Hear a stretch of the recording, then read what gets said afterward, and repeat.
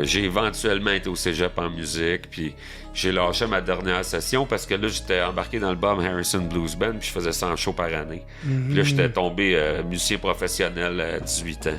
J'ai fait une tournée avec Zachary Richard, avec Nanette Workman, j'ai travaillé avec Jean Leloup, Éric Lapointe. Puis là, rendu là en 2011, ça me tentait plus de faire ça. Je voulais plus accompagner, je voulais vraiment juste faire mes trucs. Je repars, puis 5 minutes avant d'arriver chez nous, je me suis endormi. Puis là, j'ai fait des tonneaux sur 40. J'ai pogné un bloc de béton à 100 km/h, genre. J'ai fait des tonneaux sur 40 pieds, puis des tournées, genre 29 shows en 32 jours en 8 pays. En Angleterre, 32 shows en 35 jours. Puis écoute, 2-3 semaines après, il avait tout arrangé l'affaire, que j'aille faire une session d'enregistrement au studio 606 avec Daryl Thorpe comme ingénieur. Puis pour ceux qui savent pas c'est quoi le studio 606, c'est le studio que Dave Grohl a construit quand Sound City a fermé. Il a acheté la console Neve qu'il y avait là. Ça, c'est la console sur laquelle ils ont fait Nevermind de Nirvana, qui ont fait Appetite for Destruction de Guns N' Roses, qui ont fait les premiers albums de Tom Petty. Yes sir, what's up tout le monde, bienvenue au What's Up Podcast, votre animateur Jerry Alain, j'espère que ça va bien, j'espère encore une fois que vous avez passé une magnifique semaine tout le monde. Cette semaine, qui qu'on soit comme invité, c'est nul autre que le virtuose, le musicien Steve Hill.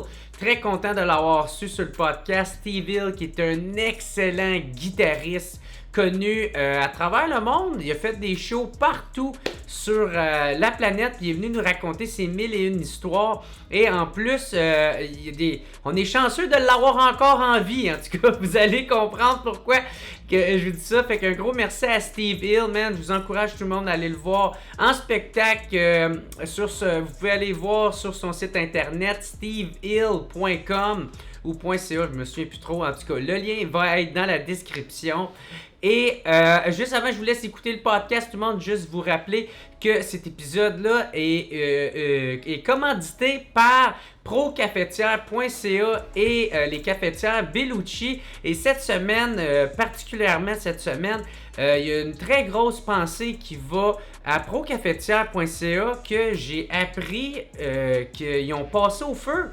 Ils ont passé au feu en fin de semaine. C'est vraiment très triste. Fait que toutes mes pensées vont à eux autres. Puis j'ai parlé avec le propriétaire Benoît.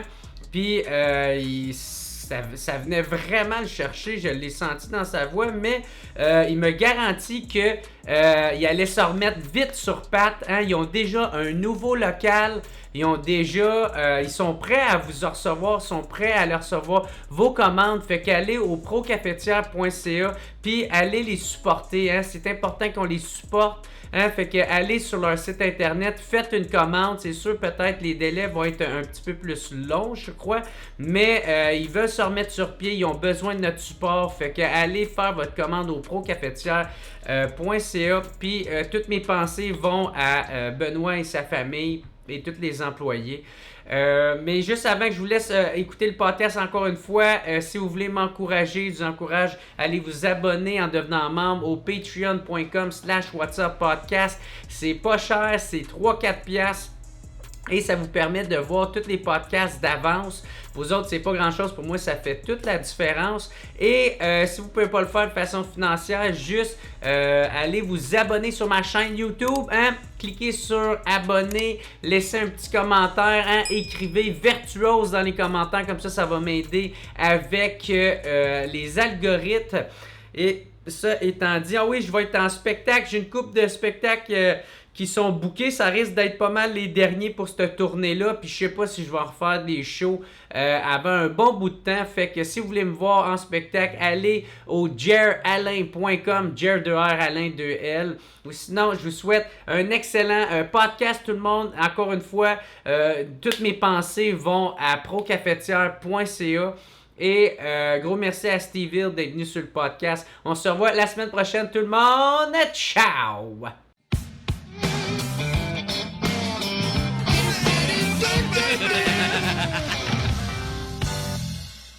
Fait que yes sir, what's up tout le monde, bienvenue au What's Up Podcast. Je suis super content de l'avoir sur le podcast. Ça a pris un petit bout avant qu'on réussisse à enregistrer ensemble parce que j'étais malade la dernière fois. Mais très content de recevoir le virtuose de la guitare, man, Steve Hill, ça va content bien mon d'être gars. là. Yes. Mais merci beaucoup, c'est ça. Ça fait plaisir. La Merci dernière pour fois, l'invitation. j'avais tombé malade. Puis là, j'avais assez peur parce que je sais que toi, tu partais de Trois-Rivières. Puis je voulais pas te faire descendre pour rien. Ouais, il me semble que j'avais une couple d'autres affaires que j'avais prévues, puis finalement, ça m'a fait une petite journée de congé. Fait que c'était pas super que ça. Ok, cool, je suis content. C'est ça, je suis super content de t'avoir sur le podcast parce que ça faisait un bout que je voulais te recevoir parce que ton nom circule beaucoup pour tout ce qui est domaine de la musique, de la guitare. Fait que je suis très content de t'avoir. Puis je voulais savoir comment que comment que la musique est entrée en toi, comment que c'est venu, le début, le commencement? Moi, j'ai tout le temps trippé sa musique, jamais mais quand j'étais jeune, tu sais, je viens pas d'une famille de musiciens. Puis, tu vois, j'ai grandi à Trois-Rivières-Ouest, puis je savais même pas qu'il y avait des guitares électriques à Trois-Rivières-Ouest quand j'étais jeune. OK. Puis là, à un moment donné, j'ai un de mes amis, Nicolas Grimard, qui est encore un de mes bons amis, que j'ai vu en étant en 5e année, puis il avait amené sa guitare électrique, une copie d'une Stratocaster rouge. Puis là, lui, il jouait de la guitare électrique. Puis là, après ça, il m'a présenté un de ses chums qui jouait du drum, Fred Pellerin. C'était encore un de mes bons chums. Puis le voisin qui avait à côté, Éric Chéné, il avait une guitare électrique, il avait une Flying V rouge, tu sais. Puis c'était possible. C'était à côté de chez nous, il y avait un drum, il y avait des guitares électriques. Puis je pensais pas, tu sais, je pensais qu'il y en avait même pas dans mon coin de ces affaires. Mais j'ai tout le temps trippé sa musique aussi loin que je me souvienne. Est-ce que quand tu regardais un band ou un groupe, tu te disais hey, ça serait cool de faire ça? Non, ou mais même moi, pas? je faisais des shows de lip sync. Puis j'avais même en 3e année, j'avais suivi un cours de menuiserie.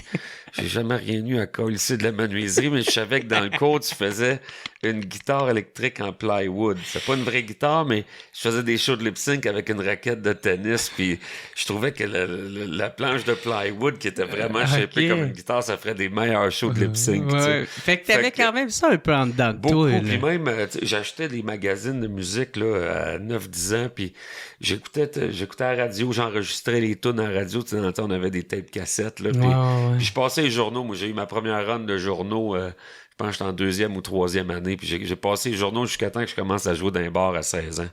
Puis je me ramassais de l'argent, j'achetais des cassettes, des disques, puis... Mais tu sais, en tant que fan, je dessinais, moi.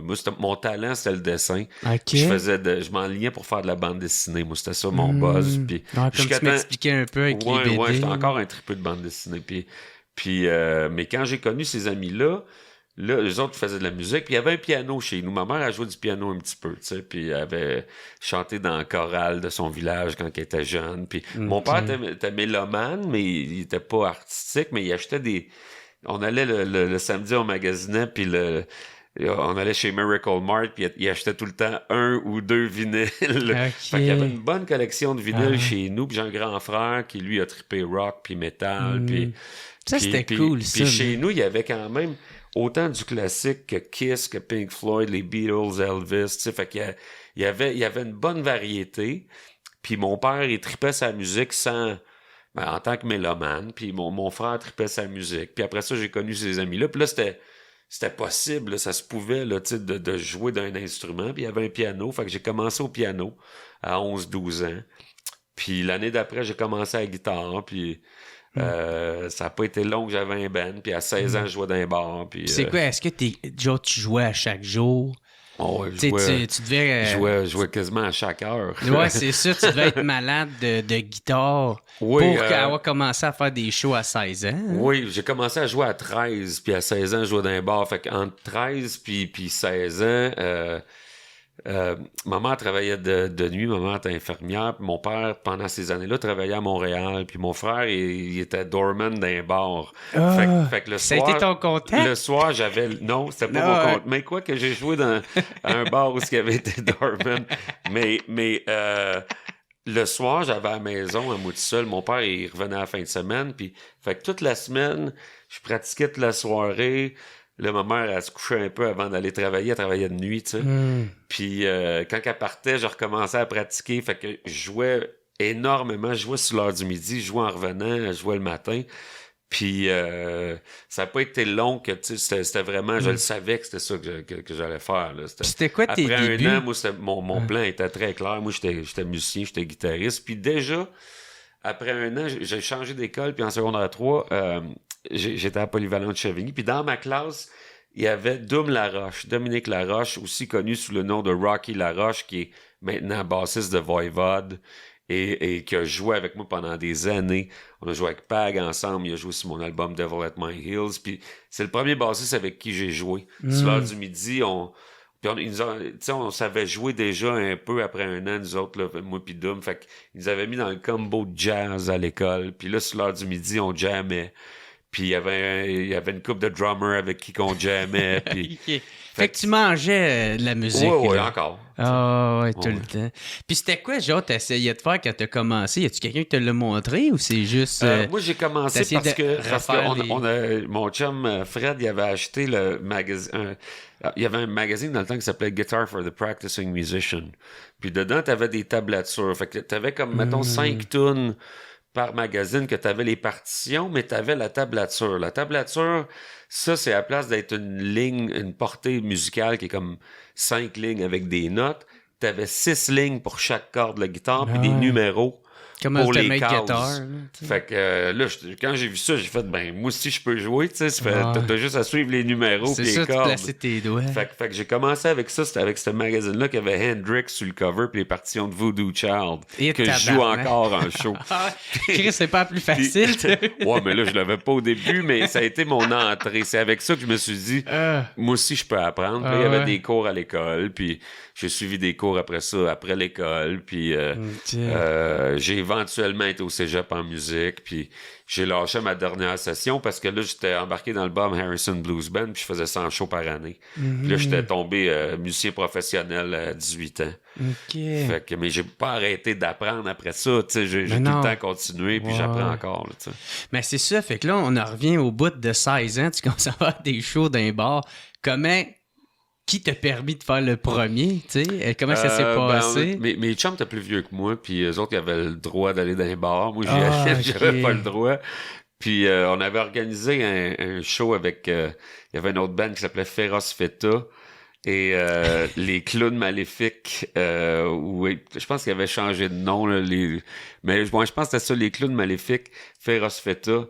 Puis Fuzz Washington, qui était le nom de mon band, Fuzz Washington. Puis on avait joué au bar, on se tenait dans un bar rock là, à Trois-Rivières qu'il y avait à l'époque.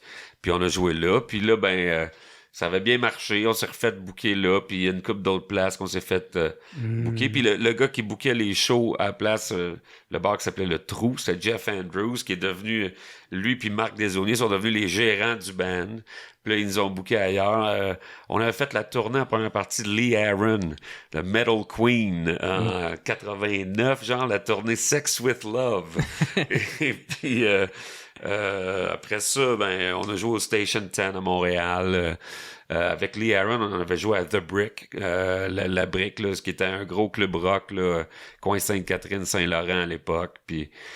Puis là, après ça, j'avais cette band-là, puis j'avais un trio plus de blues qui s'appelait Steve Hill and the Blue Thing, puis j'avais un duo acoustique, je faisais des shows solo, je jouais sur un coin de rue l'été de mes 18 ans pour le type à Trois-Rivières. Les fins de mois.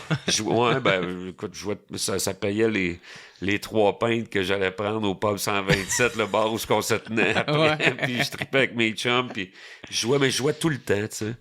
Puis c'est ça. À un moment donné, Bob Harrison qui était dans Offenbach avant, puis lui il avait lâché Offenbach pour partir le Bob Harrison Blues Band. Puis 10 ans après ça, ça donne qu'il vient jouer à Trois-Rivières, puis il n'y a pas de guitariste la fin de semaine-là. Moi, je faisais tous les jeudis à ce club-là qui s'appelait l'Odyssée. Puis un de ses chums qui m'avait vu jouer, puis il a dit « Essaye-les, le jeune, tu sais. » Puis là, ils m'ont essayé pour la fin de semaine, puis après le deuxième show, il m'a offert la job. Fait que la semaine d'après, je faisais 4 soirs à Montréal. Un mois plus tard, on jouait au Spectrum, sold out. Là, il parlait de moi dans la presse, tu sais, puis ça a été bien vite à partir de ce moment-là. OK. Puis c'était comment de faire ta première tournée avec eux autres? Ah, ben écoute, Parce que là, tu vis c'était les... l'apprentissage. Ben là, oui. puis c'était des tannants, ça. Là, tu sais, tout d'un coup, là, moi, je joue avec le gros Bob, Jim Zeller, Carl Tremblay, tous ces gars-là, tu sais. Le gros Bob, ça buvait 24 par jour. Juste à lui? Oui, ou... juste à lui, ça. Ça, c'est sans compter le cognac et les autres affaires. Puis moi, j'habitais chez le gros Bob quand j'étais pas chez mes parents, tu sais. Ouais. Fait que mais on jouait beaucoup, on faisait bien des shows, puis là, ben, tu sais, j'étais avec du monde qui avait 2 fois mon âge et plus, là, tu sais, puis qui avait énormément d'expérience. Fait que j'ai appris beaucoup, tu sais, de lui, de Jimmy James, de toute la gang de blues de Montréal, Ray Bonneville, que là, je me mettais à jouer avec ce monde-là, puis les côtoyer, puis de les voir jouer tout le temps, tu sais.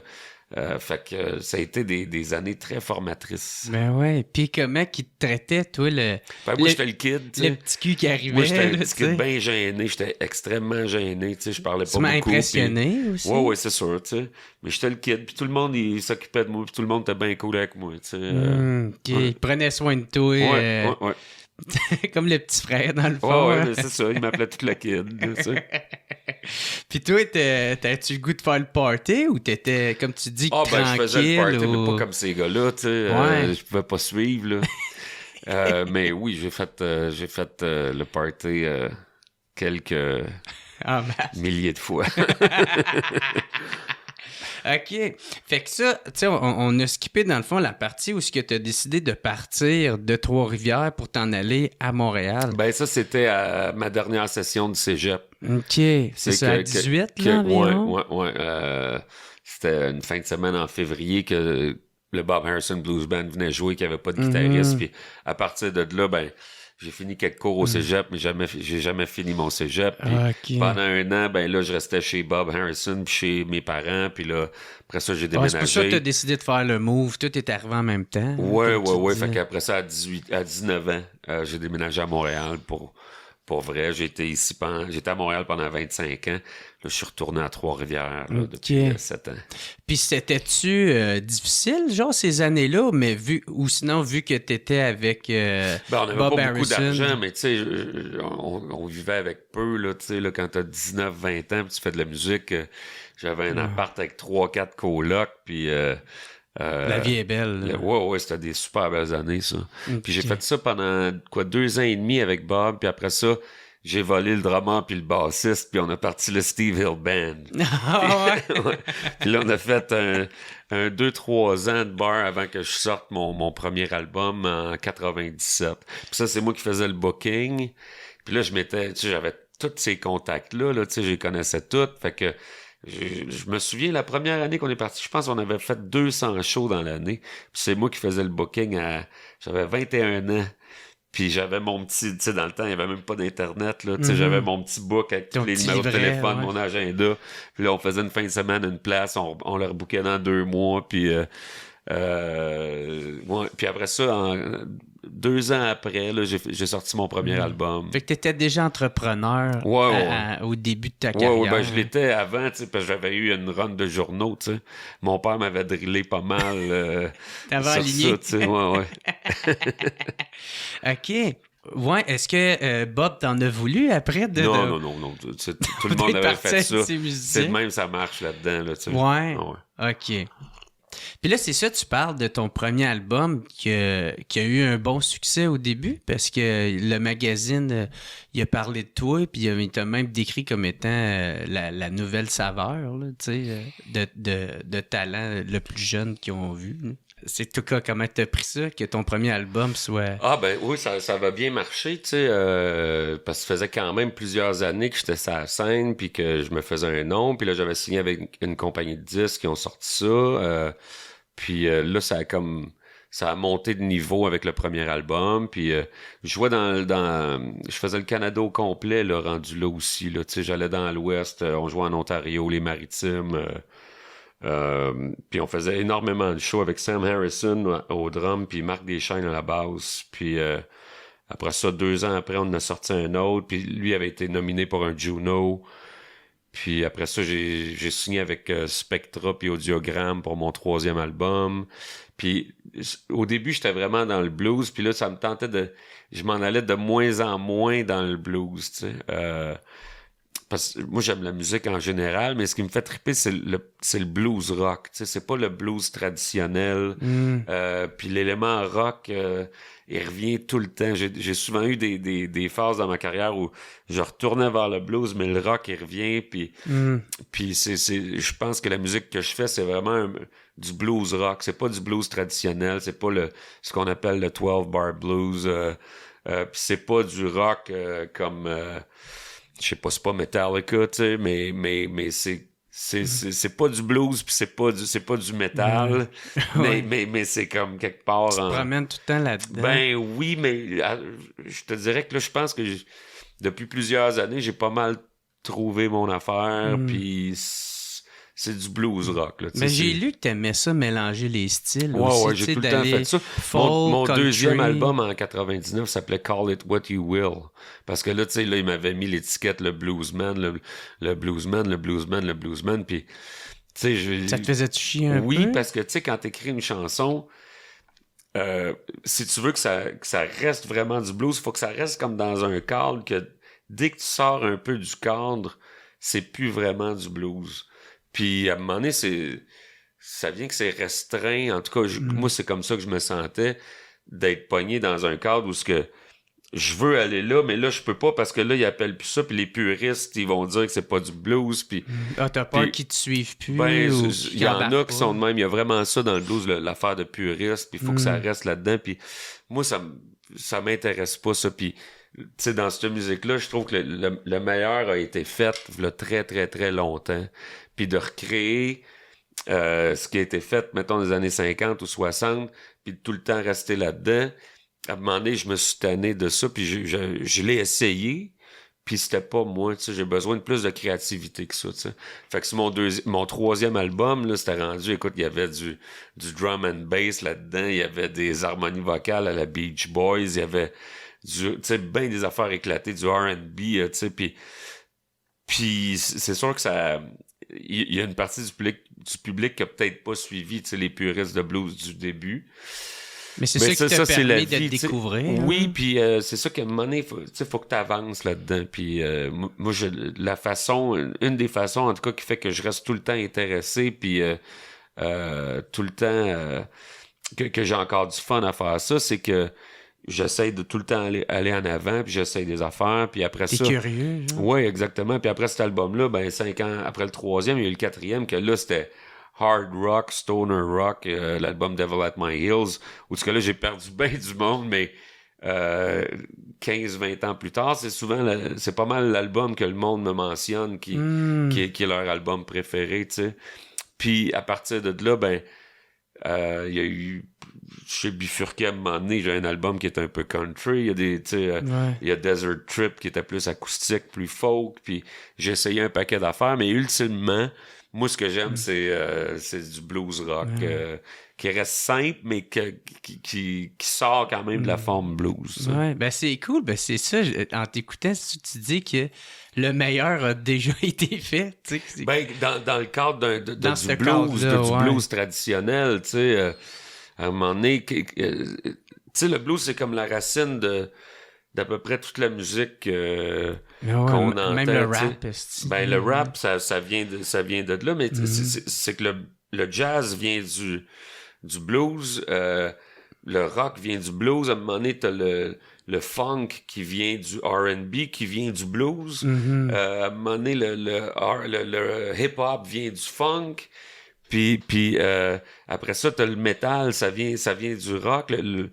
Puis en fait, les affaires plus comme le début du métal, c'est des gars qui tripaient blues rock, tu sais.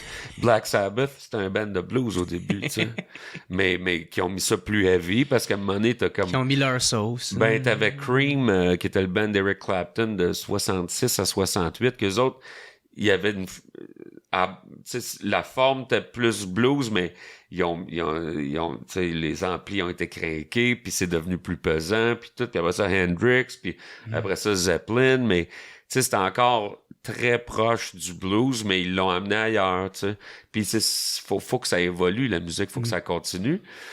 Puis donc c'est ça que c'est. Moi j'adore le blues, mais je considère que je le ferai jamais aussi bien que B.B. King ou Muddy Waters ou Howlin' Wolf ou tu sais. Donc d'essayer de refaire ça, de recréer la même affaire, puis d'essayer de faire une copie de ça, je vois pas l'utilité. En tout cas, moi c'est pas ça que j'ai envie de faire. Ben ouais, créativement parlant Ouais, aussi, c'est ça. ça te parle pas, là, tu sais. Ça te Ben, ça parle m'a moins. j'ai déjà Ça parle essayé, moins, tu sais, mais ça me ouais. parle beaucoup moins. Tu sais, moi j'aime ça, mettre mon étampe, ça là, tu sais. Le punk, ça vient d'où, ça? Ben, Ça vient-tu du blues? le aussi? punk, ça vient du rock'n'roll, tu sais, Ouais. c'est comme... Ah, fait que c'est ça, mais accéléré. Le genre. punk, en fait, c'est le contre-courant du progressif. Parce qu'à un moment donné, t'as le rock'n'roll qui commence, mettons, autour de 54-55. Ensuite, t'as le British Invasion avec les Beatles, puis tout ça, les Kinks, les Who.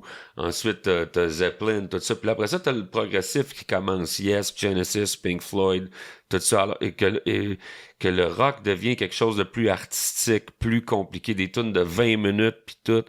Puis le punk vient du pop rock, qui était comme puis des Ramones qui étaient à New York, les New York Dolls, puis tout ça, mais tout qui était un mouvement finalement de rébellion contre ces affaires-là de tunes de 20 minutes avec Qui est plus commercial. avec le clavier, avec une cape à la Rick Wakeman, puis tu sais, puis de revenir à l'essentiel du rock, de 3 accords, un hook, puis c'est ça qu'ils ont fait, tu sais, mais t'écoutes le premier album des Ramones, c'est comme du Beach Boys, mais ou tu sais des bands de pop des débuts des années 60, mais avec une instrumentation qui est guitare, bass, drum, tu sais.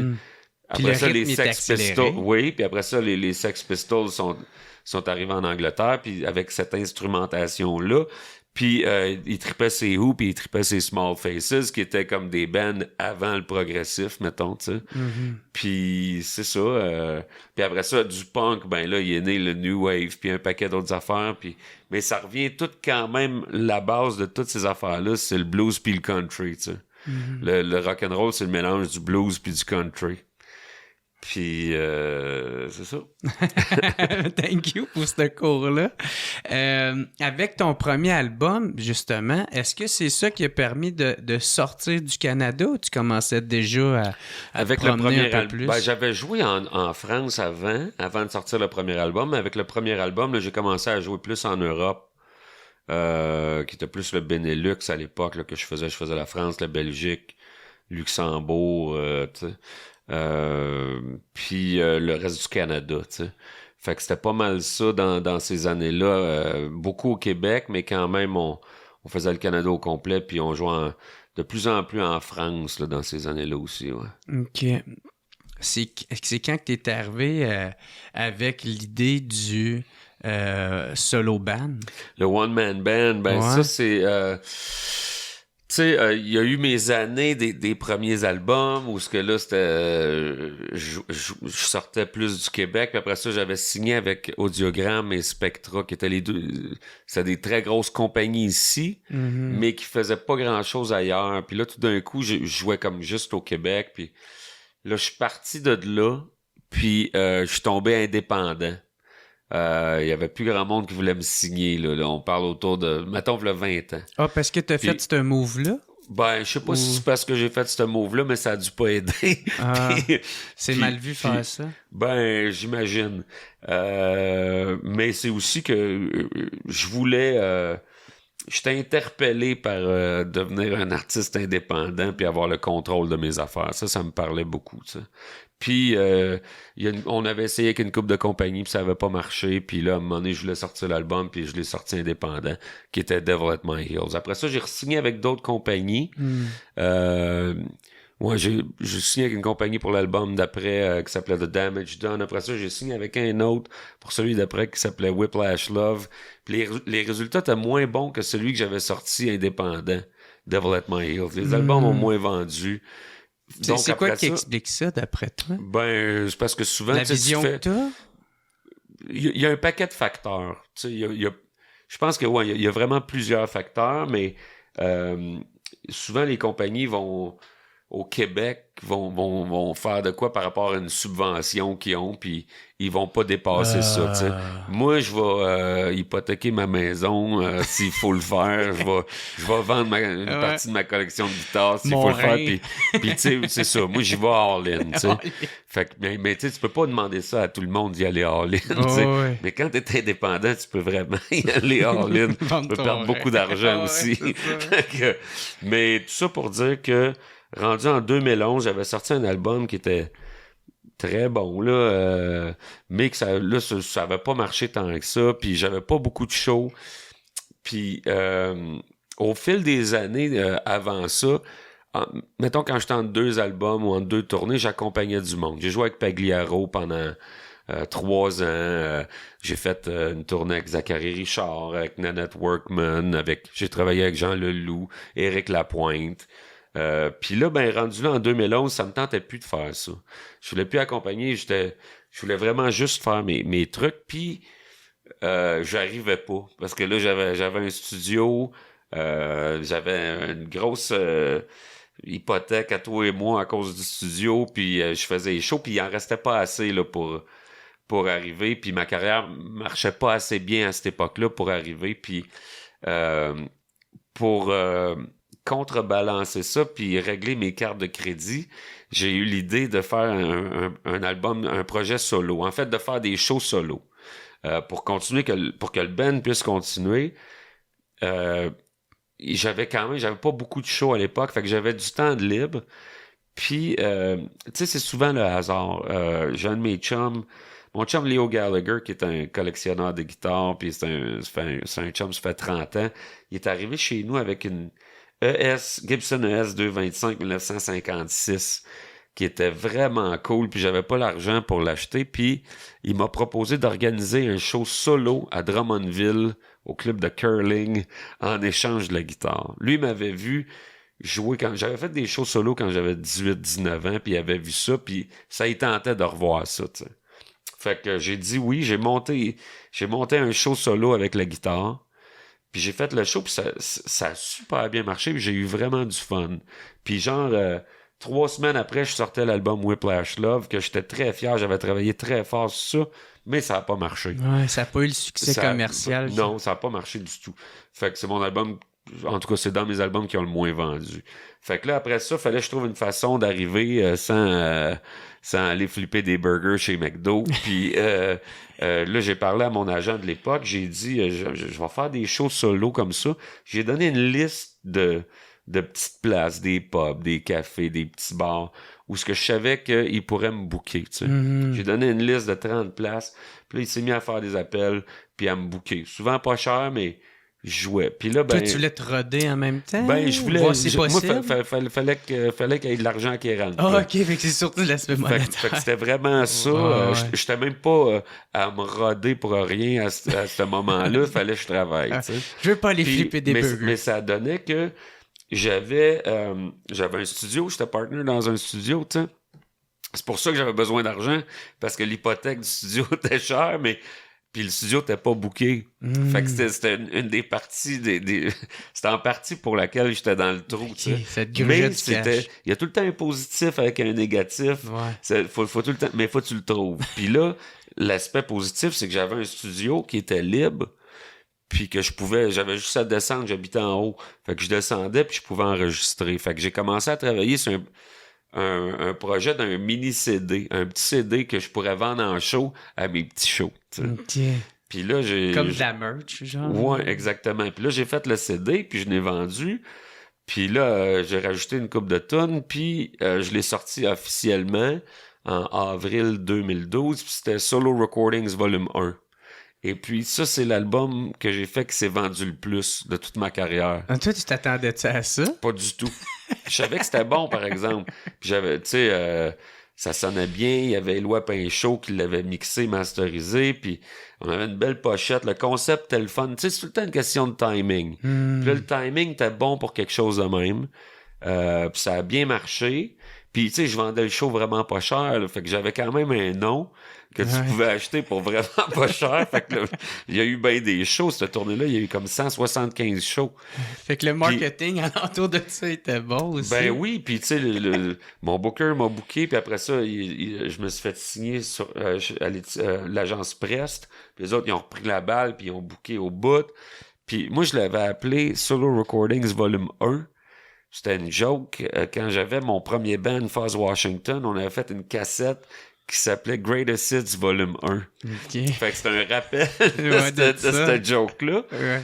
Mais là, le monde me disait, tu vas-tu faire un volume 2, tu sais? Puis là, j'ai fait, ben oui, je vais en faire un, Puis tu toi, sais. t'avais aucune idée de ça. Ben non, tu sais. Puis Aucune intention. jamais j'aurais pensé que ça aurait marché autant que ça. Après ça, le volume 1, il a été nominé pour un Juno. Ça, la dernière fois que j'avais été nominé pour un Juno, avant ça, c'était en 99. Il a gagné à Memphis l'album de l'année au International Blues Challenge. Puis là, ben, je sors le volume 2. Volume 2, il gagne le Juno. Il gagne 7 Maple Blues Awards. Puis là, je me mets à rejouer dans le Canada parce que ça faisait longtemps que T'avais un peu moins promis.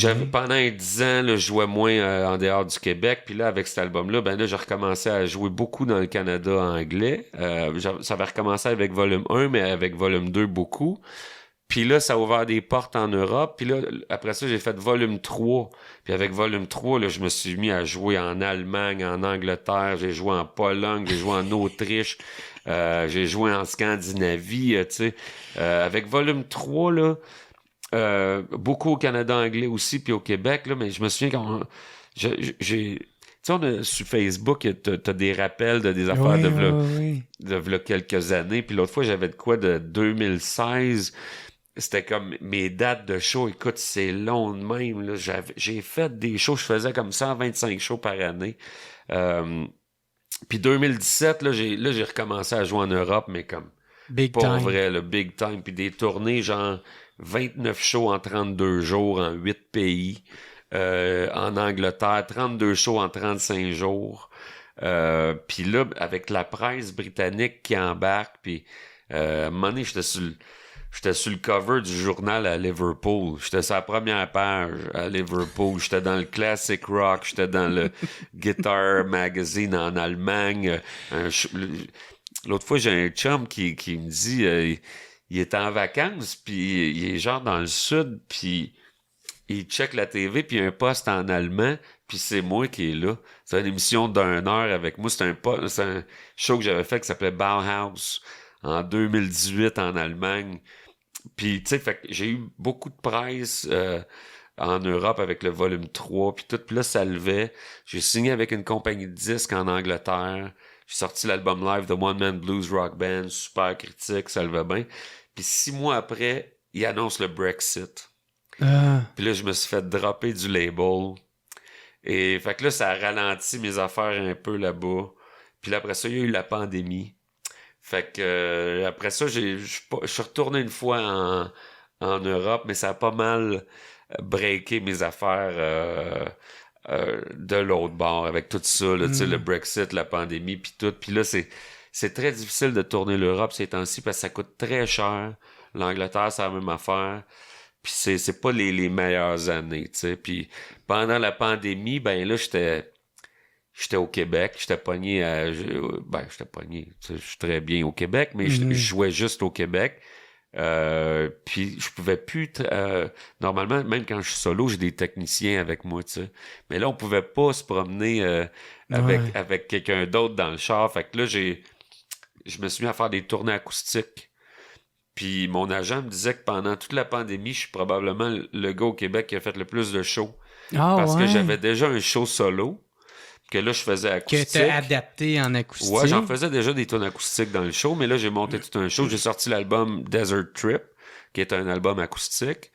Puis là, j'ai fait des tournées là, tout seul, mais écoute, là, je me souviens à un moment donné, jusqu'à Natashquan, après ça à Gaspésie, puis là, je drivais, là, je faisais le show, j'installais le merch, je vendais le merch, après ça, reload la vanne, on repart. Ah, tu faisais tout seul encore? Je faisais tout seul. Ça a été tough. Puis après ça, quand la pandémie a comme arrêté, j'avais plus vraiment d'équipe, fait que j'ai continué tout seul, mais là, en one-man band, après ça, Là, c'est devenu tough. Tu sais, c'était trop. Ah ouais, tu peux là. pas tout faire. Il faut que tu délègues un peu. Puis, là. ouais, puis là, j'ai sorti mon dernier album, Dear Illusion, en 2022.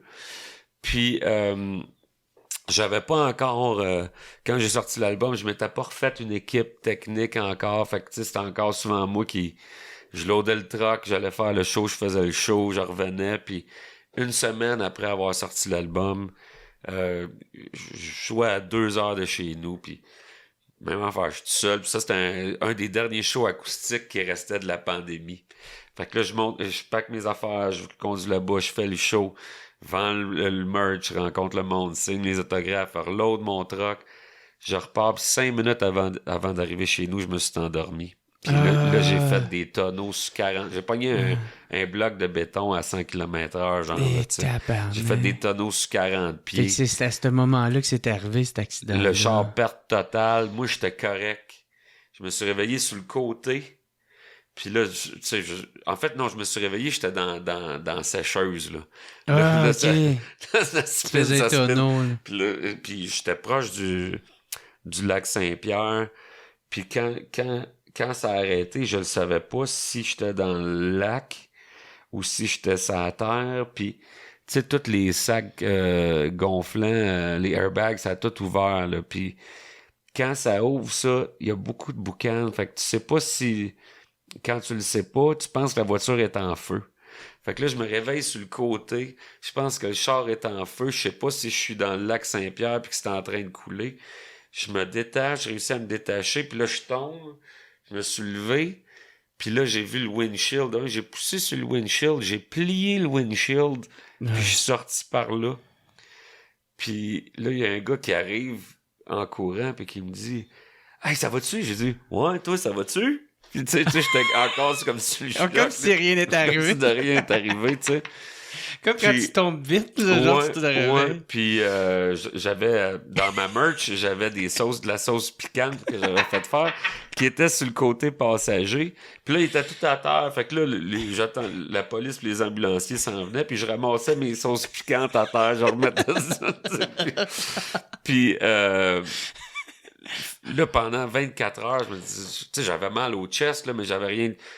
J'avais des égratignures. Oui, j'étais coupé, les mains étaient pas mal. Mais rien qui demandait des points de suture ou rien. Puis, tu sais, j'aurais j'aurais facilement pu mourir puis, ou être vraiment blessé. Puis, j'avais rien. Fait que pendant 24 heures, je me dis que je suis le gars le plus chanceux sur la planète. Puis, 24 heures après, mon père est décédé. Out of the blue, qu'on s'y attendait pas en tout, tu sais. Ça a été assez irréel. C'est quoi qui est arrivé? Il a fait un AVC puis un arrêt cardiaque. On pensait qu'il avait la grippe, mais c'était plus avancé que ça. Mais tu sais, on s'y attendait vraiment pas, tu sais. Ah, Seigneur. Puis après ça, la même semaine, moi, j'étais propriétaire d'un bar à l'époque, le Zenob à Trois-Rivières. J'étais copropriétaire là-dedans. Puis il y a un gars qui a disparu à la sortie des bars. Ils l'ont retrouvé 6 mois plus tard dans le fleuve, tu sais. Puis ça a été une semaine épouvantable où j'ai arrêté, j'ai décroché. Là, c'était la vie qui me disait, fallait que je décroche. J'ai arrêté la promotion de l'album. J'ai tiré à la plug sur tout. J'ai fini par vendre les parts de mon bar. Ouais. Là, c'est comme un breakdown. J'ai été longtemps capable d'en faire beaucoup trop, tu sais. D'être le gérant, la compagnie de disques, le one-man band. En studio, souvent, c'était moi le technicien. C'est moi qui mixais les albums, qui loadait. Le vendeur de sauce piquante. Le Zenob, c'est un bar à Trois-Rivières qui existe depuis 40 ans, puis qui est une place culturelle qui avait fermé. Puis il y a du monde qui m'ont demandé d'aider à le rouvrir, puis j'ai fait, je vais donner un coup de main. Puis au début, je disais, j'ai pas de temps, mais je peux mettre un petit peu d'argent, tu sais. Puis finalement, ben, tu sais, je me suis ramassé à mettre plus de temps, puis j'avais le projet à cœur, puis tout. Mais là, ça faisait que j'ai été des mois et des mois et des mois et des mois sans jamais avoir une journée de congé. Puis la vie a fait en sorte que, avant que j'y passe, j'ai eu, tu sais, il y a rien qui arrive pour rien. Et toute cette semaine-là, ça a fait que là j'ai commencé à ralentir un peu. Puis à profiter de la vie, j'imagine. Ben, j'ai pas eu le choix, là, tu sais. parce que c'est ça, j'aurais pu facilement y passer. Puis, mais en même temps, c'était pas fini. Tu sais, toutes ces bad luck-là, c'était pas fini, ça a continué. Ça, c'était au mois de novembre. Après ça, j'ai décroché jusqu'à 2023. J'avais quelque chose, puis là, je recommençais tranquillement. Puis j'étais dans l'Ouest canadien en avril 2023. Je fais 10 shows en 12 jours. Tu dormais dans le sous-sol, puis, celle-là? Ouais, puis là, je finis la tournée chez mon tour manager, puis je me réveille, tu sais, je dors sur un matelas pneumatique, pas bien gonflé, que je dors pas bien, puis là, je commente les deux, tu sais, entre le sommeil et la réalité. Je suis dans les vapes, puis là, ça sent le barbecue, puis je rêve que ça sent... Ah, ça sent bon! Ah, c'est le fun! J'aime ça, le barbecue! Puis là, oh, ça sent fort un peu! Puis là, je me rouvre les yeux, puis la pièce est pleine de boucanes, tu sais. Puis là, je monte, puis là, je cherche le feu, puis là, je me rends compte que le feu sort de dehors. Je vois il y a la porte, puis je vois le feu sortir par la poignée de dehors. Puis là, what the fuck? J'ouvre la poignée, puis là, je vois que le deck est en feu, le mur est en feu, puis là, j'ai réveillé le gars chez qui j'étais, puis faut que tu sortes, tu sais. Lui, sa femme, puis sa petite fille était pas là, tu sais, ça a bien tombé, tu sais. Ouais. Puis là, la maison est en feu, puis... Mais tu sais, si j'avais pas eu le sommeil aussi léger, parce que j'ai la chance et la malchance d'avoir le sommeil très léger, on y passait probablement tous les deux, tu sais. Puis là, ben... Écoute, ça s'est passé bien vite, là, tu sais, quand les pompiers, puis après ça, j'avais mon chum Ray qui venait me chercher pour m'amener à l'aéroport parce que je repartais. Puis là, j'arrive dans... Je fais tout le temps ça quand je finis une tournée. Une fois que je suis assis dans le siège à l'aéroport, je prends une photo, puis je fais un post. Fait que là, je prends une photo, puis je fais mon post, puis j'écris « Woke up in a house on fire ». Puis ça reste de même. Puis là, ben, il y avait... Ça, c'était une autre histoire, mais ça se rejoint tout. Ça donne que la semaine d'avant, quand j'avais joué à Calgary, il y a quelqu'un qui avait filmé avec son téléphone, puis je l'avais reposté sur Facebook. Puis là, il y a mon chum Brian Loudenschlager, qui a une compagnie de micro en Californie qui s'appelle Loughton Audio, qui voit le vidéo, puis il est au studio à Dave Grohl avec... 606. Avec Daryl Thorpe, qui est l'ingénieur. Moi, j'avais travaillé avec eux autres. J'avais fait le NAMM Show, puis j'avais été à Sweetwater, qui est c'est le plus gros distributeur d'instruments de musique en ligne aux États-Unis. Puis fait que la compagnie de micro m'avait engagé 2 fois, où ce que moi, j'étais dans un cubicule, puis je jouais mon one-man band, puis c'était juste des micros Loughton Audio. Puis le gars qui était la vedette, c'était Daryl Thorpe, qui est l'ingénieur, qui lui expliquait comment qu'il place les micros puis ses techniques d'enregistrement, tu sais. Mm-hmm. Puis on a fait ça 2 fois. Daryl, lui, il fait les albums des Foo Fighters, il a fait Radiohead, il a fait Paul McCartney, Jay-Z, Snoop Dogg. C'est un gros nom. Il y a là. 10 Grammys, là, tu sais, de gagner, tu sais. Fait que... puis là, ça donne que, c'est ça, je poste cette vidéo-là. Brian, il est au studio 606 avec Daryl. Puis Brian, ça fait à peu près 6-7 ans qu'il me dit « Hey, tu devrais venir taper à LA, tu sais. » Puis je suis comme « Ben oui, ce serait le fun. J'ai tapé à LA, tu sais, mais ça prend du budget, ça prend bien des affaires. Ça se fait pas juste comme « OK, je vais aller taper à LA, tu sais. » Puis là, après... Il m'a redit la même affaire après avoir vu le vidéo, tu sais. Hey, ce serait le fun si tu viennes taper à LA, au studio 606. Ben oui, Brian, ce serait bien le fun. Ça a l'air d'être trippant maudit, tu sais. Puis là, ben, je poste mon vidéo Woke up in a house on fire, puis je pars, puis là, je reviens, puis Brian, il m'a réécrit, hey man, that's a good line for a song. Tu sais, c'est une bonne phrase pour une tune. Je suis comme mazin, puis you should really come and record in LA, Puis ben, écoute, 2-3 semaines après, il avait tout arrangé l'affaire, que j'aille faire une session d'enregistrement au studio 606 avec Daryl Thorpe comme ingénieur. Puis pour ceux qui savent pas c'est quoi le studio 606, c'est le studio que Dave Grohl a construit. Quand Sound City a fermé, il a acheté la console Neve qu'il y avait là. Ça, c'est la console sur laquelle ils ont fait Nevermind de Nirvana, qui ont fait Appetite for Destruction de Guns N' Roses, qui ont fait les premiers albums de Tom Petty, Fleetwood Mac. La console mythique. La console mythique. Il a fait un documentaire qui s'appelle Sound City sur ça. Fait que là, je me ramasse du jour au lendemain. C'est tout arrangé. C'est Brian qui paye, qui filme ça pour faire un documentaire. Puis ça vient à cause d'une vidéo que j'ai posté, puis une phrase que j'ai postée à cause que je me suis réveillé d'une maison en feu. Tu sais, sinon, si ça avait pas été de ces bad luck-là, ce bad luck-là, ça serait peut-être même pas arrivé, tu sais. Fait que là, je me ramasse que j'ai 3 mois, c'était cédulé fin août, puis j'ai 3 mois pour écrire un album et le performer, parce que moi, en one-man band, j'étais tout en même temps. Je fais pas le drum, après ça, la guitare, puis après ça, la bass. Je joue tout en même temps, live. Fait que là, faut que j'écrive un album, faut que je le performe, puis faut que j'aille le taper. Fait que je passe 3 mois, j'ai des shows la fin de semaine.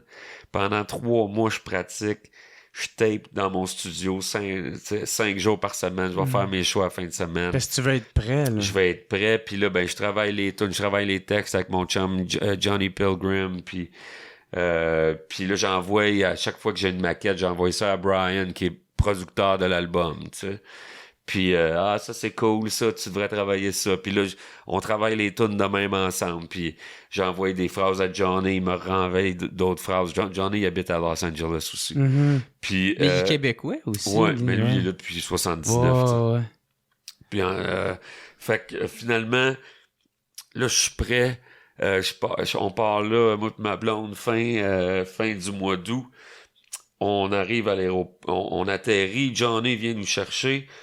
Puis là, je vois le In-N-Out Burger qui est comme...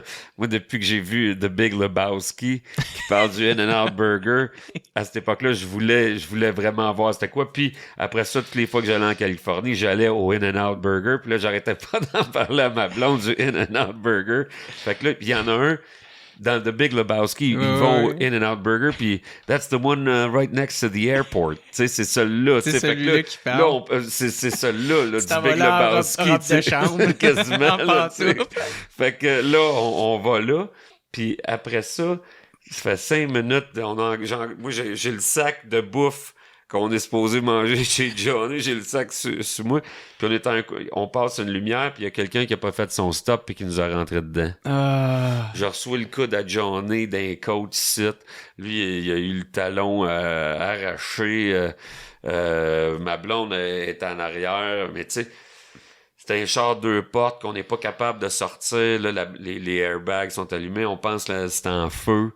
Il n'y a rien qui t'est pas arrivé et tout. J'essaie de défoncer les fenêtres. Il n'y a rien qui défonce. Puis là, il y a quelqu'un qui est arrivé qui a ouvert la porte.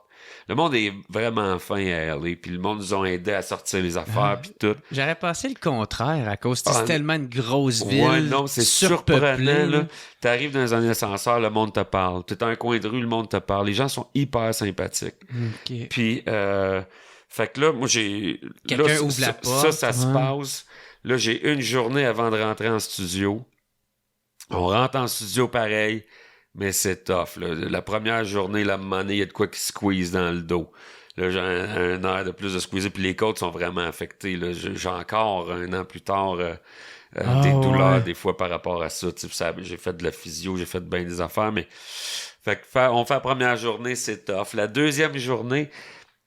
J'ai une autre affaire. À un moment donné, ça craque, puis là, ça squeeze, mon gars, là. Puis là, j'ai mal, mais moi, je suis pas du genre à lâcher, là, tu sais.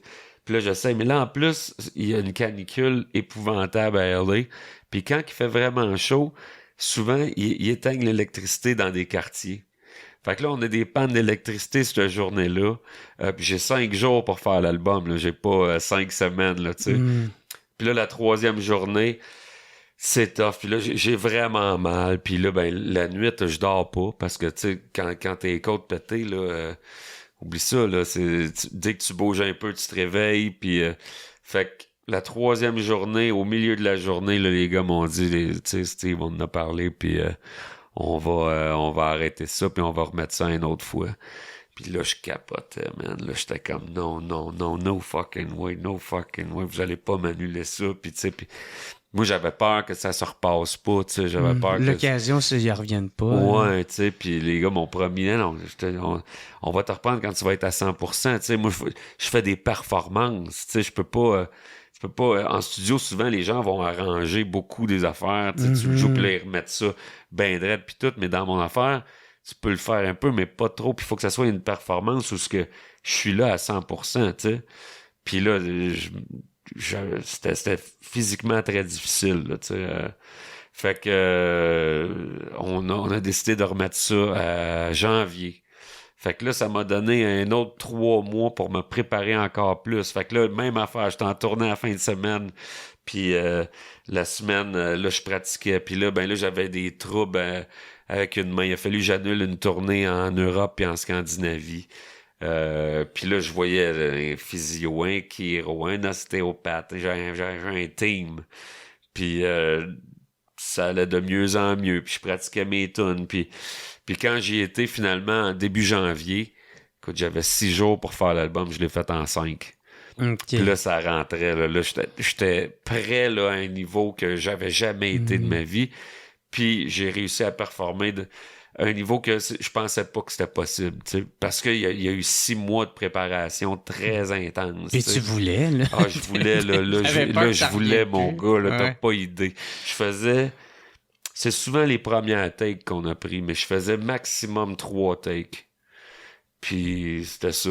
Puis j'étais on, il y avait pas de doute. Tu sais, souvent, en tant que performeur, t'es ton pire ennemi.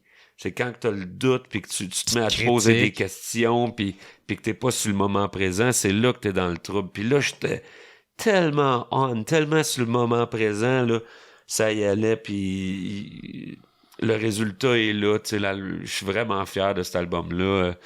Il y a pas grand monde qui l'ont entendu à date, mais tous ceux qui l'ont entendu disent c'est vraiment ce que j'ai fait de meilleur de toute ma carrière. Puis là, ça sort cet automne. Ouais, c'est ça. C'est cet automne, ça va sortir. Hanging on a String. OK. L'album s'appelle. Y en a-tu une? C'est I Woke Up in the... Ouais, c'est la première phrase de l'album. C'est la première tune de l'album. C'est la tune Hanging on a String. Ça commence Woke Up in a House on Fire. Ça aurait été drôle qu'elle soit même pas dedans. Ah non, elle est dedans, puis c'était l'intro parfaite, là. Puis la tune, finalement, ben, t'as 4 couplets, puis je raconte 4 fois que je suis passé proche de mourir. Ben oui, j'espère que tu parles de toutes ces péripéties-là oui, qui puis, mais tu sais, en peu de temps. J'en ai eu au fil des années, man, en 98, on a eu un crash d'avion en atterrissant en Belgique. On a fait un 360 en Boeing 747. OK, pas un petit avion, c'est un gros avion. C'est quoi, les roues, ils ont lâché? Il y a des trains d'atterrissage qui ont cassé. Fait que, puis tu sais, j'en ai eu, là, tu sais, puis c'est un miracle, à un moment donné, tu sais, que je me sois jamais fait plus mal que ça, tu sais. Ouais. Puis le dernier accident de char, lui, il a fait mal. Le coude, ça, là? C'était mes côtes, là. Ouais, d'un côte. Puis moi, j'ai les côtes fragiles. Je fais du longboard, puis je me suis pété les côtes des 2 bords. À chaque fois que je tombe, j'ai des protèges poignets. Fait que pour être sûr que je me fuck pas les poignets pour que je joue, mais toutes les fois que je me suis planté, c'est tout le temps les côtes qui lâchent. Puis une fois que t'as les côtes qui ont pété, c'est plus fragile. Fait que à chaque fois moi, que j'ai de quoi, c'est tout le temps mes côtes, tu sais. Puis là, ben c'était ça, mais là, j'avais comme du tissu de poignet, tu sais, des nerfs de poignet entre 2 côtes, puis tout, puis là, ça donnait d'autres troubles, puis fait que le dernier accident, il a fait mal, mais même à ça aurait pu être tellement pire, tu sais. J'ai vraiment frôlé la mort souvent. Y en a-tu d'autres? Tu peux compter? Il y a celle de l'avion aussi. J'ai un autre accident de char à un moment donné que je m'en revenais. J'avais été voir mes parents à Trois-Rivières, puis je m'en retournais chez nous à Montréal, puis j'ai fait un espèce de ça a glissé, c'était comme le début de l'hiver, j'ai fait dépasser Berthier, il y a un bout là, qui est bien glissant, là. T'as du black ice, là. Puis là, j'ai fait une espèce de 360 à un moment donné, puis là, j'avais pas le contrôle, là. Puis là, je m'en allais, tu sais. Tu fais ça, là, tu te ramasses à 180 degrés, que là, t'es à l'envers, puis là, ça a comme bifurqué, puis c'était comme un dallo entre les deux. Puis là, l'avant a été là, Puis finalement, ça a spiné. J'ai fait une coupe de 360 de même pour me ramasser sur le bord du chemin de l'autre bord, prêt à repartir de l'autre bord. De l'autre côté. Puis j'avais rien. Je me suis retourné chez mes parents. J'ai fait me retourner chez nous demain. Puis, puis ouais, il y en a eu... tu sais, j'ai fait tellement de routes, là, tu sais, que... À un moment donné, c'est sûr qu'il va y avoir des accidents, tu sais. Ben oui. Ah, mais man, moi, l'avion, là, c'est l'affaire qui me fait le plus peur, esti. Ben... T'as-tu peur de l'avion Je me dis, non, parce que je me dis, c'est quoi les chances que j'aie 2 accidents d'avion? Moi, toujours tu vas y rester le prochain. Le prochain, tu vas y rester. Mais moi, je me suis tout le temps dit ça, tu sais. Puis souvent, comme quand j'ai quelqu'un qui est à côté de moi qui a peur dans l'avion, j'ai dit ça, tu sais. J'ai dit, regarde, moi, j'ai déjà eu un accident d'avion. C'est très rare, les gens qui ont un accident d'avion, mais du monde qui ont 2 accidents d'avion, c'est extrêmement rare. Fait que t'as pas à t'inquiéter, tu sais. Ils sont encore là pour les compter. Ouais, c'est ça. OK, fait que ça t'est jamais arrivé un accident pas en avion, non. OK. Ouais, c'est ça, là, t'as compté beaucoup d'affaires, mais il y en a une aussi qui m'a accroché tout à l'heure, c'est t'as parlé que t'as fait de la tournée avec Jean Leloup. En fait, j'ai fait un show avec Jean Leloup. Moi, j'ai passé un été, il y avait le show de sa résurrection. Tu sais, il avait tué Jean Leloup, il était devenu Jean Leclerc. Il était retombé à son vrai nom. Puis là, il faisait un show à Québec qui était supposé être dehors, que finalement, ça s'est ramassé au Colisée. Puis là, c'était la résurrection de Jean Leloup. Ça, c'est-tu le fameux show? Ouais, qui envoyait chier tout le monde, puis tout, là, c'est ce show-là. Puis... Toi, t'as vécu ça de l'intérieur? Ouais, moi, écoute, mais c'est une longue histoire, là. Il en parle, il y a un livre sur Jean Leloup qui est sorti l'année passée, là. OK. Un gros livre, puis il en parle un peu de ça. D'après le livre, moi, quand j'ai lu ça, ça m'a expliqué bien des trucs. OK. Mais tu veux-tu mettre le contexte un peu? Ouais? C'est que Jean, ce que ça dit dans le livre, c'est que Jean, il voulait être reconnu comme le meilleur guitariste au Québec. Il avait décidé que là, il jouait beaucoup de guitare, puis là, il voulait être comme le top guitariste. Puis quand il parlait de ça à du monde, il y a du monde qui disait, tu sais, il y en a d'autres, là, puis il entendait mon nom souvent. Puis c'est son gérant de l'époque, Alex, qui dit que Jean m'en voulait. Il me connaissait pas, mais il m'en voulait parce que mon nom ressortait souvent. Puis il avait décidé de me voler mon band. Puis là, à un moment donné, mon band, Dom Laroche, que je te parlais tantôt, qui est dans Voivode, qui était dans mon band dans le temps, puis Martin Lavallée, ses drums, ils se font caler pour aller en studio avec Jean. Puis là, à un moment donné, les gars m'appellent, ils disent « Ouais, Jean, il aimerait ça que tu viennes, tu sais. Ouais. » Fait que j'y étais, puis là, ben... On était en studio, puis on travaillait sur des idées qu'il y avait. Puis finalement, on a passé un été de temps de même à enregistrer du stock. On a fait un paquet de chansons, puis on a monté un show qui a été le show au Colisée. Puis on avait un show très bien ficelé, très bien monté. Mais une fois qu'on est arrivé sur le stage, tout ça a pris le champ. La première tune, ça s'appelait Jeune Indien. Puis t'avais, tu sais, des tunes, t'as un OK, mais il a juste décidé de faire d'autres musiques, genre? Non, mais comme la première tune, tu sais, mettons, t'as un A puis un B, un couplet puis un refrain. Puis c'était une tune de 3 minutes, là, 3 minutes et demie, mais au bout de 10 minutes, on n'était pas encore rendu au refrain. Puis là, il avait fait faire un solo au bassiste, à l'autre guitariste, à tout le monde. Puis je me souvenais pas, mais il y avait un article dans le Journal de Montréal, il y a une couple d'années, qui reparlait de ça. Il parlait des shows catastrophiques qu'il y a eu au Québec. Puis le gars, il disait que Jean, il me coupait mes solos. Puis c'était ça, tu sais, il me laissait pas faire. Il les donnait au bassiste, puis il faisait lui-même, où il me coupait en plein milieu. puis là, la première tune, tu sais, puis c'est ça, ça fait 10 minutes, puis on n'est pas encore rendu au refrain, chose qui aurait dû être faite, rendu au bout de 2 minutes. Ouais. Puis il nous arrête, puis on recommence le show au complet. Puis il y a des gens qui ont apprécié, il y en a d'autres qui ont détesté. Moi, j'ai pas aimé mon expérience parce que, tu sais, on a travaillé très fort pour monter de quoi, puis c'était du sabotage, là, tu sais. Puis après le show, ben, tu sais, lui, il était bien content, puis tout, puis... Ah ouais, lui, il était satisfait de ça. Puis moi, j'y ai dit, tu sais, Jean, moi, j'ai pas eu de fun là-dedans, tu sais, puis c'est beaucoup du monde qui disait oui à tout, tu sais. Puis moi, je suis pas comme ça. Puis j'ai fait un post le lendemain sur les médias sociaux, j'ai dit j'ai fait mon premier et dernier show avec Jean Leloup. Ah Puis ouais. ça a arrêté là, tu sais. J'ai énormément de respect pour Jean, pour son œuvre, puis tout. Puis tu sais, il y a eu des grandes années, il y a eu des... Ce bout-là, c'était peut-être pas sa meilleure période, puis c'était peut-être pas la meilleure combinaison, j'étais peut-être pas le bon gars pour la job. Mais j'ai fait ça, puis j'en garde quand même des très bons souvenirs, là, tu sais. Ouais, ça, tu comptes sans rien. Avec le temps, c'est ces affaires-là qui deviennent drôles, puis c'est ces histoires-là que je me souviens. Tu sais, les shows qui ont bien été, puis tout ça, souvent, je m'en souviens pas. C'est ces affaires-là qui étaient épouvantables. Ouais, mais avec le temps, c'est les meilleures histoires, tu sais, puis c'est les meilleurs souvenirs, tu sais. Fait que comme je disais tantôt, il y a tout le temps le positif avec le négatif. Ouais.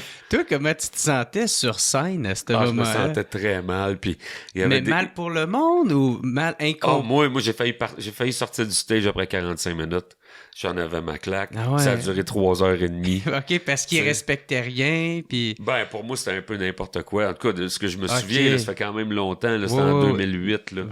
Ouais. Puis, ils avaient décidé qu'on aurait des maquillages d'Amérindiens, puis ils nous avaient déguisés, puis tout. Puis finalement, là, il y avait une maquilleuse qui nous maquille, puis lui, il arrive avant, puis « Ah, c'est pas ça! » Puis là, il mettant ça dans la face, puis finalement, j'ai un white face. J'ai comme une face de mime, j'ai la face de blanche, puis tu sais, c'était vraiment n'importe quoi. Puis, ben c'est ça, avec le temps, c'est drôle. Est-ce que tu sentais qu'il te jalousait? Ben, à l'époque, je savais pas, tu sais, je savais pas c'était quoi. Tu comprenais pas ça? T'avais pas fait de lien? Ou... Ben non, moi, je pensais pas ça. J'ai compris ça quand je l'ai lu dans le livre, tu sais, puis dans le livre, c'est écrit, là, tu sais, puis finalement, il y a rien qui est sorti de tout ce que j'ai fait. Il y avait une toune qui tu parles de travail avec lui pour l'album? Oh, il y a rien sorti de ça. Finalement, il a enregistré, genre, en une journée, ses tunes lui-même, puis il a collé Doom puis Martin, qui était mon bassiste, mon drummer, puis il les a fait jouer sur l'album en une journée. Sur ses tracks à lui, puis c'est ça qui est sorti. Il y avait quand même des très bonnes affaires de ce qu'on avait fait, puis mais tu sais, peut-être ça fitait pas dans ses plans, ou tu sais... mais tu sais, je comprends que moi aussi, ça m'est arrivé, j'ai un paquet d'albums que j'ai jamais sortis, tu sais. T'avances sur quelque chose, puis à un moment donné, tu te rends compte que c'est pas ça que tu veux faire. Des fois, t'es aussi bien de recommencer à zéro, puis moi, j'en veux pas pour ça, mais pas du tout, puis j'ai encore autant de respect pour Jean, là, tu sais, puis il y a eu des moments très drôles là-dedans. Qui fait partie de l'histoire du Québec. Oui, tu sais, c'est devenu comme un show légendaire, finalement. Pour des mauvaises raisons. Oui, mais peut-être que le monde s'en souviendrait moins si ça avait bien été. C'est ça qui est drôle. C'est vrai. Puis, ouais, c'est ça, tu dis, est-ce que, maintenant, quand tu changes d'idée, tu sais, comme tu viens de parler, est-ce que c'est, qu'est-ce que tu parlais tout à l'heure, tu sais, le doute qui s'installe ou... Oui, le danger de trop étirer la production d'un album, c'est que c'est sûr que le doute va embarquer. T'sais. Puis ça m'est arrivé, mettons, de commencer sur un album, puis avoir de la misère à le finir, puis là, ben, de me mettre à triper sur d'autres choses, puis de commencer d'autres choses, puis tu sais, je pense en 2002 puis 2007, j'ai pas sorti d'album, mais j'en ai fait 3-4, qui étaient presque finis. Déjà en 2003, j'avais 3 albums aux 3/4 finis. Puis j'ai rien sorti de ça, tu sais. Mais tu sais, dans le temps, on n'avait pas de EP. Le EP, c'était pas un format qu'on se servait. J'aurais pu avoir 3 EP. Mais j'avais pas un album, tu sais, j'en avais un en français, un en anglais, puis un acoustique. Mais je pouvais pas tout mélanger. C'est comme 3 affaires qui fitaient pas ensemble. Ça pouvait pas devenir un album. Puis là, j'avais commencé à jouer avec Pagliaro, tu sais. Puis Pag me disait de prendre mon temps. Lui, il a exagéré sur le prendre son temps. Ça fait très longtemps qu'il n'a pas sorti d'album, mais j'ai appris beaucoup avec Pag. Puis en même temps, là, je travaillais sur d'autres choses. Puis ce que j'avais fait qui datait d'1 an, ben, j'étais moins là. Puis tu sais, c'est normal. Puis j'ai pas de regrets par rapport à ça. Là. Est-ce que tu te dis, genre, je vais mettre ça de côté, je sortirai ça une autre fois? Ouais, ou oui. tu fais hein, comme, non, on scrape Il ça, on y a part des ailleurs. tunes là-dedans qui vont peut-être... tu sais, j'ai tout ça sur des disques durs, puis l'hiver passé, genre, de temps en temps, je fouille là-dedans, puis il y avait des bonnes affaires que je vais peut-être faire une compilation à un moment donné de mes premières années, que les meilleures tunes de ces albums-là qui sont pas sortis vont être dessus, puis il y a tout le temps moyen de ressortir des affaires, là, tu sais. Ah, cool. Puis là, c'est ça, tu parles avec le monde avec qui t'as joué, mais t'as joué aussi avec des très gros noms internationaux, là, tu sais, comme j'ai vu Ray Charles, t'as joué avec Ray Charles. Ben, j'ai fait sa première partie en France. OK, t'as fait sa première partie. Ouais, j'ai fait énormément de premières parties. B.B. King, ZZ Top, Santana, Steve Winwood, Metallica, tu sais. Tout partout surtout dans au le Québec. monde, ou... Surtout au Québec. OK, au Québec. Mais en Europe, je l'ai fait aussi. Il y a un band britannique qui s'appelle Wishbone Ash, qui est un band qui a influencé beaucoup de bands de Iron Maiden, Judas Priest. C'est un band qui a commencé dans les années 60. Puis j'ai fait une 60aine de shows avec eux autres en Europe et en Angleterre. Puis dans le temps, des bands des artistes de blues, j'ai eu la chance de faire bien des premières parties. Il y avait à ce temps, des condos, mais il y avait le medley avant ça. Puis avant ça, ça avait été le Vieux Munich, Coin Saint-Denis, puis René Lévesque. Puis après le Vieux Munich, il y a eu pendant pas tout à fait un an le Berry Blues. Puis c'était un club de 1500 personnes que c'était des shows de blues. Puis moi, j'étais dans le house band. Fait qu'on faisait les premières parties où on accompagnait les artistes. Fait que j'ai fait des premières parties de... Tu sais, quand j'arrive dans une section de disques, mettons, de blues, il y en a un sur deux quasiment que j'ai vu ou avec qui j'ai fait la première partie ou avec qui j'ai joué. Ou ça a été hyper formateur. Là, j'ai voyais, je hanging out avec eux autres. Là, là, Ouais. pis, fait que c'est sûr que ça ouais, j'ai appris beaucoup dans ces années-là. Ça a été quoi ton plus gros spectacle que t'as fait?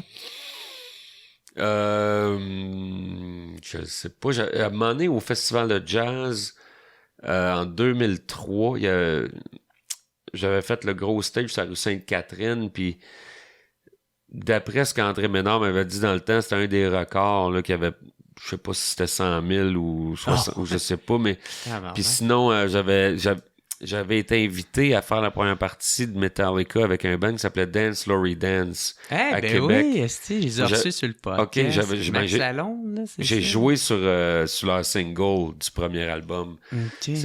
C'est moi qui joue le lead guitar, puis je fais les back vocals, ça, puis il m'avait invité à faire la tune, ça c'était comme 110 000 personnes.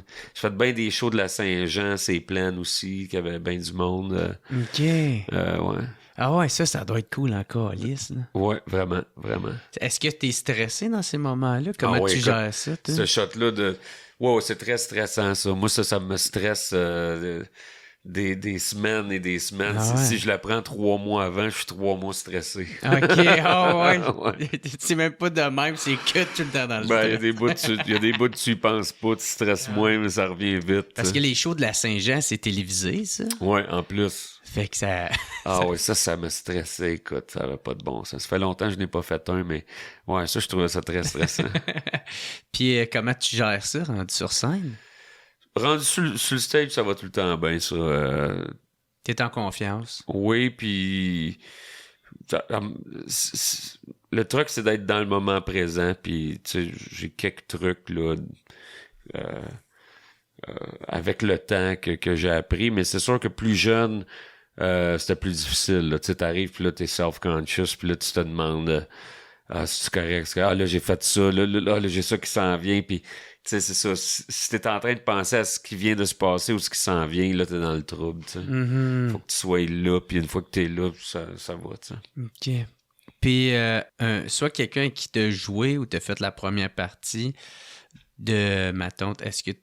d'un idole que t'avais, là, est-ce que ça c'est arrivé, ça? Oui, beaucoup. B.B. King, Ouais, j'ai rencontré ça, B.B. là. King, il était super fin. J'ai fait 2 fois la première partie de ZZ Top. J'ai joué avec les Fabulous Thunderbirds, qui est un band que j'ai vraiment écouté beaucoup. Puis j'ai passé une couple d'heures avec Kim Wilson à jaser, puis il m'a invité à jouer 2-3 tunes avec eux autres. J'ai fait 4 fois la première partie de Jimmy Vaughn, qui est un de mes héros. Tu sais, j'ai fait souvent la première partie de Buddy Guy. Donc, c'est tout le temps bien le fun, ces affaires-là, c'est sûr. Avec qui t'aimerais ça jouer? Mettons, mort ou vivant, là, tu sais, qui que t'aurais aimé ça jouer avec? J'aimerais ça jouer avec Paul McCartney. J'aurais aimé ça jouer avec j'aurais aimé ça jouer avec les Allman Brothers. Vivant, j'aimerais ça jouer avec les Black Crowes. Je suis un grand fan des Black Crowes. J'aimerais ça jouer avec Eric Clapton. J'aimerais ça jouer avec Derek Trucks. Dans ma tête, il y a Stevie Ray Vaughan. J'ai vu Stevie Ray Vaughan en show. Mais là, j'allais plus ouais, je l'ai nommé une coupe de morts, mais d'un mort, ben là, tu sais. En même temps, tu sais, je suis pas sûr si... C'est sûr, ça doit être intimidant d'arriver puis jouer avec un gars de même, là, tu sais. Mais oui, j'ai vu Stevie Ray Vaughan, puis quand j'étais ado, ça a été une grosse influence. Ben ouais, ça, c'est surtout une de tes premières tunes que t'as appris, là, c'est Voodoo Child. Là. Lui, ça, c'était Hendrix, mais ouais, il y avait une bonne version. Mais tu vois, ouais, c'est ça. il y avait... Little Wing aussi. Là. Il y avait... il y a un DVD... dans le temps, je l'avais sur VHS, là, mais un live de Stevie Ray Vaughan qui s'appelle Live at the El Mocambo, qui est un bar à Toronto, où j'ai joué il y a 2 semaines. OK. Puis j'étais sur le stage, puis j'ai fait Voodoo Child, puis je pensais à ça pendant que j'étais en train de jouer, tu sais. Parce que quand j'avais comme 15-16 ans, je revenais de l'école, puis je mettais ce VHS-là, puis je regardais ça, puis j'apprenais les affaires en regardant ça. Puis là, j'étais sur le même stage, puis c'est un studio aussi en même temps. Puis l'ingénieur il est venu me voir après parce qu'il enregistrait le show. Puis il me disait c'est lui qui avait enregistré le show de Stevie Ray Vaughan en 83 à la même place. Fait que c'était quand même spécial comme moment. T'sais. C'est comme si tu boucles la boucle. Puis là, ça, j'ai une dernière question. Puis je t'en ai parlé un peu avant qu'on enregistre. Mais le garage chez Steville, ça va-tu revenir, ça? J'aimerais ça. Ça, c'était un projet pendant la pandémie. Qui est vraiment cool. Là, le SODEC avait débloqué un budget pour aider les artistes à faire des projets en ligne. OK. Puis là, il fallait que tu soumettes ton projet, puis il y en a une couple qui ont été choisis. Puis mon projet a été choisi, tu sais. Et puis, j'aimerais ça faire une saison 2, mais tu sais, avoir toute l'équipe... pour filmer, faire le montage, toutes ces affaires-là, ça va prendre du budget pour ça, tu sais. Puis à l'époque, on a essayé on voulait vendre ça à un poste de TV ou quelque chose. Il y a de nouveaux qui ont aimé le concept, mais il a dit que ils nous ont répondu que ça prendrait un animateur connu. Mais là, c'est parce que le concept, c'est garage chez Steve Hill, puis c'est moi qui reçois du monde dans mon garage. Puis c'est nice, tu sais, tes histoires, ta chimie avec les invités. Puis on a fait 6 épisodes. Puis la musique, est bonne, man. Puis ça, c'est dans mon garage, là, dans mon studio, tu sais. Puis on a eu bien du fun. Puis l'idée... moi, je voulais que ce soit pas juste comme un show de musique, mais que ce soit un peu comme un sitcom en même temps, tu sais. Puis c'est ça qu'on a fait. J'ai fait ça avec mon chum Isaac Tremblay, qui était réalisateur, puis Kevin Roditelli, qui était scripteur, avec qui c'est un gars qui travaille avec moi depuis 4 ans. Puis on a eu bien du fun à faire ça. On veut le refaire. Là, tu vois, ça se peut que... Je pense m'ouvrir un compte Patreon, puis... avec les fonds de tout ça, faire une saison 2. On aimerait vraiment ça faire ça. Ben ouais, tu le fais peut-être avec un peu moins de budget, mais au moins, ça se peut. Comme on s'est dit, on ferait Garage chez Steville, saison 2, straight to DVD. Ouais. Tu sais, dans le temps, t'avais des films qui sortaient au cinéma, puis là, t'avais une suite un peu cheap qui était straight to DVD. Mais là, c'est ça. On veut faire Garage... on veut faire saison 2, straight to DVD. Ben puis oui. je sais avec qui je vais le faire. J'ai des chums, ça le tente, puis faut qu'on trouve le temps, puis que tu sais, faut qu'on trouve des artistes que ça le tente. Puis mais on a commencé à travailler dessus, à faire une liste. Puis je pense que ça risque d'arriver fortement. Ouais. Ben ouais. Ben, en tout cas, moi, je t'encourage en Christ à le faire parce que je trouvais ça vraiment Ouais, pour cool. ceux qui le savent pas, c'est sur YouTube, c'est sur ma chaîne YouTube. On a fait 6 épisodes, un avec Pépé et sa guitare. Il y a ton ami Pilgrim. Il y a aussi. Johnny Pilgrim sur un épisode. Ouais. Il y a la chanteuse Hanora. On a les 2 Lux. On a Matt Lang, puis Blue Jeans Bleu. Ouais. Puis c'est ça, on fait de la musique ensemble, mais je fais des entrevues avec eux autres Ben moi, aussi. c'est ça, je trouve cool. Puis il y a aussi il y a quelques personnages fictifs ou semi-fictifs, comme le voisin qui se plaint du bruit.